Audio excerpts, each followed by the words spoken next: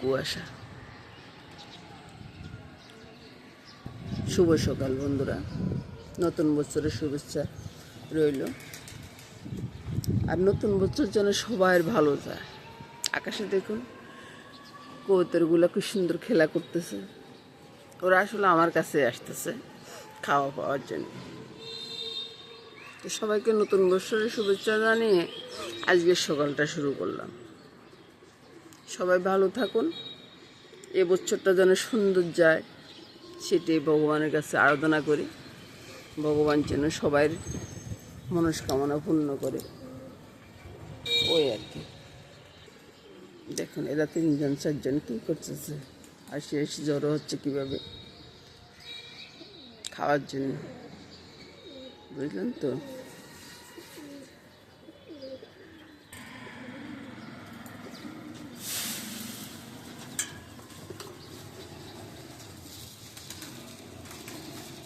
এদেরকে খাওয়া দিয়ে চলুন সামনে চলে যাই, কিছু কথাবার্তা বলি। জল খাবার বন্ধুরা, আজকে সকাল সকাল সকাল কিছুই করে নেই। সকালবেলা জল খাবার দিয়ে শুরু করছি। আলু ভাজি হয়ে গেছে, এখানে ডালটা ম্যাশ হয়ে গেছে সকালবেলা জল খাবারের জন্য। আলু ভাজিটা তো করে নিলাম। এবার এদিকে আসুন, ডিম সিদ্ধটা, ডিমটা আগে ছেলে নিই। 2টা ডিমের সাথে সামান্য একটু নুন দিয়ে দিলাম, বুঝছেন, বেশি দিব না। তো এরপরে আলু ভাজিটা কোরিয়ার থেকে আর নামাইলাম না, গরম গরম আলু ভাজি দিয়ে দিচ্ছি। গরম গরম আলু ভাজি দিই রুটি খেতে আলাদা একটা টেস্ট আছে রে ভাই। একবার করে খেয়ে দেখুন না, দারুণ লাগে খেতে। ঘরে বানানো ধোঁয়া ওঠা রুটি, এটার কোনো জুড়ি আছে? তার সাথে চাটা হবে। চাটা নিয়ে আসি, তারপরে চাটা নিয়ে চা এখন ঢালবো না।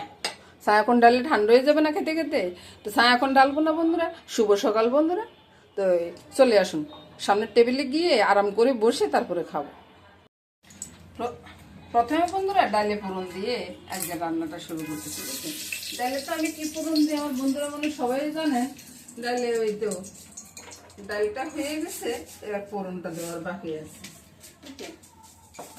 একটু মেথি নিলাম আর একটু কালো জিরা। কালো জিরাটা আগে একটু দিয়ে দিই, কারণ কালো জিরা ফুটার ব্যাপার আছে। কালো জিরা যদি একটু কাঁচা থাকে না, তাহলে বাজে একটা গন্ধ লাগে।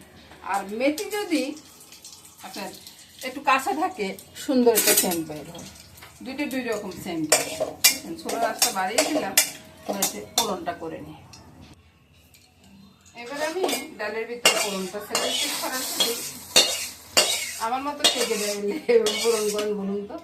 আমি যেভাবে ফোড়ন করি সহজ ফোড়ন, বুঝছেন। ডালটা বলক আসলে ডালটা নামিয়ে নেব। হ্যাঁ, বক্স আছে কে লেগে বাবা? ও মিষ্টি বক্স বাইরে থেকে এগুলো নিয়ে আসো না, বাইরে থেকে নিয়ে আসি মিষ্টির বক্সটা ইয়া করে দাও। তো মামনির সাথে কথা বলতেছি। ডালটা হয়ে গেছে, ডালটা নামিয়ে নি। ওর মামনির সাথে কথা বলতে বলতে কাজটা করে নি, ঠিক আছে। হ্যাঁ, বাইরে আমার চেহারাটা অনেক খারাপ। চেহারা দেখান না দেখানোর কোনো ব্যাপারই নেই আমার। আমি চেহারা দেখে এই কাজ করি। তো সে আর কি। এবার চলুন মাছ টাছ কি রান্না করবো সেটা একটু গোছগাছ করে নিই, তারপর আপনাদেরকে দেখাচ্ছি। বাজার থেকে রুই মাছ নিয়ে আসছি, ঠিক আছে।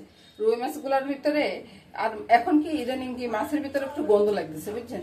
তো রুই মাছের ভিতরে আমি একটু চিনি আর একটু গোলমরিচ মেখে রেখে তারপর কিছুক্ষণ পরে ধুয়ে নেব। ধুয়ে নিলে হবে কি ওই গন্ধটা থাকবে না, বুঝছেন। অনেকে হয়তো চিন্তা করতে পারেন যে চিনি কালো গোলমরিচ মেখে আবার ধুয়ে ফেলবো। বন্ধুরা একটু ধুয়ে ফেলবেন। ধুয়ে ফেললে হবে কি আপনার তরকারিটা না খুব টেস্ট হবে, খেতেও মজা হবে, বুঝছেন।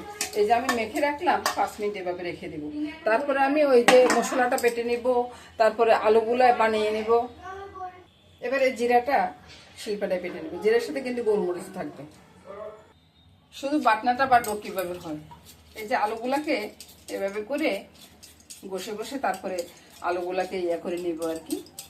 আমার দেখলে আমার কাজ দেখবেন না বন্ধুরা, আমি কাজ করি খুব দ্রুত, কথা বলি কম, আমার মনে হয় আর কি। নিয়ে আসছি বন্ধুরা। তারপরে নুন হলুদ মাখার ফালা, বুঝছেন।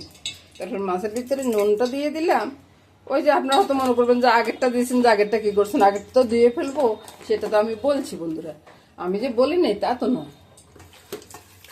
মাছটা আগে তেলে দিই, তারপরে আলুটাও মেখে নেব, একটু নুন হলুদ দিয়ে মাখাবো, বুঝছেন?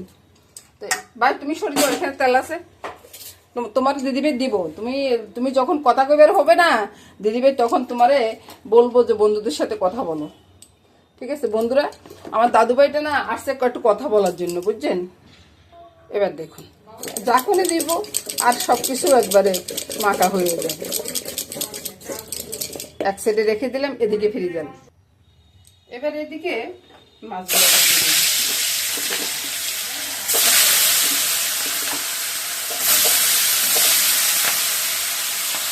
দেখুন না, আমি আজকে বাজারে যাইনি তো, আপনাদের মশলা কত ছোটো ছোটো করে মাছে ইয়ে করে নিয়ে আসছে, পিস করে নিয়ে আসছে। দেখুন তো এত ছোটো মাছের দরকার আসলে, একটু বড় করলে কি হইতো, দুটো মাছ খাওয়ানোর দরকার আছে। এক পিঠ উল্টে দিলাম, এবার মাছগুলো একটু তুলে নেবো, বুঝছেন? আর বেশি বাজার দরকার নেই। এই যে মাছগুলো ভেজে তুলে নিলাম, বুঝছেন? এবার আলুগুলো ভেজে নেবে, এখন ফোড়ন দিব না, ফোড়ন একটু পরে। এবার এদিকে দেখুন জিরাটা বেটে নিয়ে আসছি, জিরার সাথে আমি এখানে স্বাদ অনুযায়ী নুনটা দিব। আর যে এক তরকারি দিয়ে খাওয়াবে তো ঝোলটা একটু থাকবে, মানে একবারে কমাবো না আর কি। লঙ্কাটা একটু কমে দিলাম, লঙ্কা এর বেশি দেওয়ার দরকার নেই। আর হলুদটা দিয়ে দিলাম, একটু চিনি দিব বন্ধুরা। চিনি না দিলে তরকারির ওই স্বাদের যে ইয়েটা আছে না, ব্যালেন্স আছে না, ব্যালেন্স থাকবে না।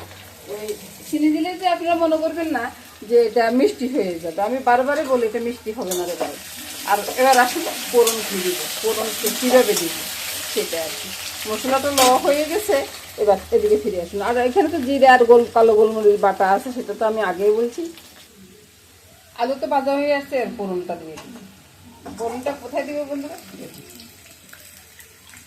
বুঝলেন তো? মেথি ফোড়ন তো, মেথি ফোড়ন ফোটার কোনো প্রয়োজন পড়ে না, বা কালো হওয়ার কোনো প্রয়োজন পড়ে না। মেথির একটা সেন্ট আছে, আলাদা একটা সেন্ট আছে, ওই সেন্টটা না এই তরকারিটা খুব ভালো করে দেয়। আর তাতে করে আমার এই তরকারিটা হলে আমার ঘরের সবাই এত পছন্দ করে, আর অন্য কিছু খাবে না, সেজন্য এই তরকারিটা প্রায় সময় রান্না করি আর কি। আপনারাও দেখেন আলুগুলো ভাজা হয়ে গেছে, ফোড়নটাও মোটামুটি ইয়ে হয়ে গেছে, মানে তেজপাতাটা একটু রংটা সুন্দর হয়ে গেছে তেজপাতা। এবার আমি মশলা সবগুলো ছেড়ে দিয়ে একটু আলুর গায়ে গায়ে লাগিয়ে দিব, চুলার আঁচটা কমিয়ে দিলে সামান্য একটু জল দিবে। এবার নাহলে মশলাটা পোড়া যাবে, ওই জন্য আর কি সামান্য একটু জল দেবে।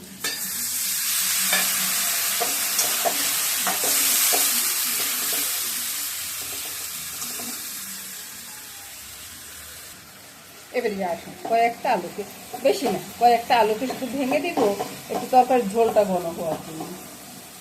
এটা কোনো স্বাদের কোনো ব্যাপার নেই রে ভাই, দেখতেও সুন্দর হবে, আবার ওই ঘনও হবে আর কি, অতটুকু। এই জন্যে এটা ভেঙে দিলাম একটু। এবার আমি কী করবো, মাছগুলো ছেড়ে দিব। মাছ ছেড়ে দিলাম গরম জল,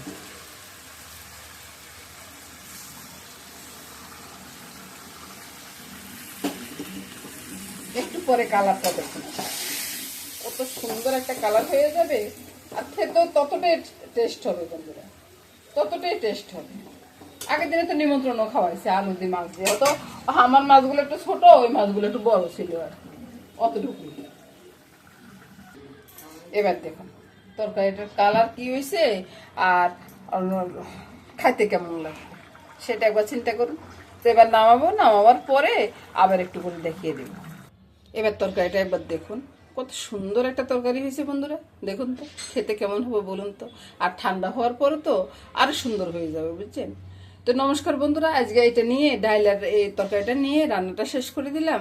তো সবাই ভালো থাকুন, সুন্দর থাকুন, সুস্থ থাকুন বন্ধুরা। আগামী দিন কিন্তু আবার দেখা হবে। নমস্কার। এই তো ডালটা এদিকে নিয়ে আসছি, ডালটা একটু নেড়ে দিলে দেখা যেত যে ডালটা কত ঘন ডাল।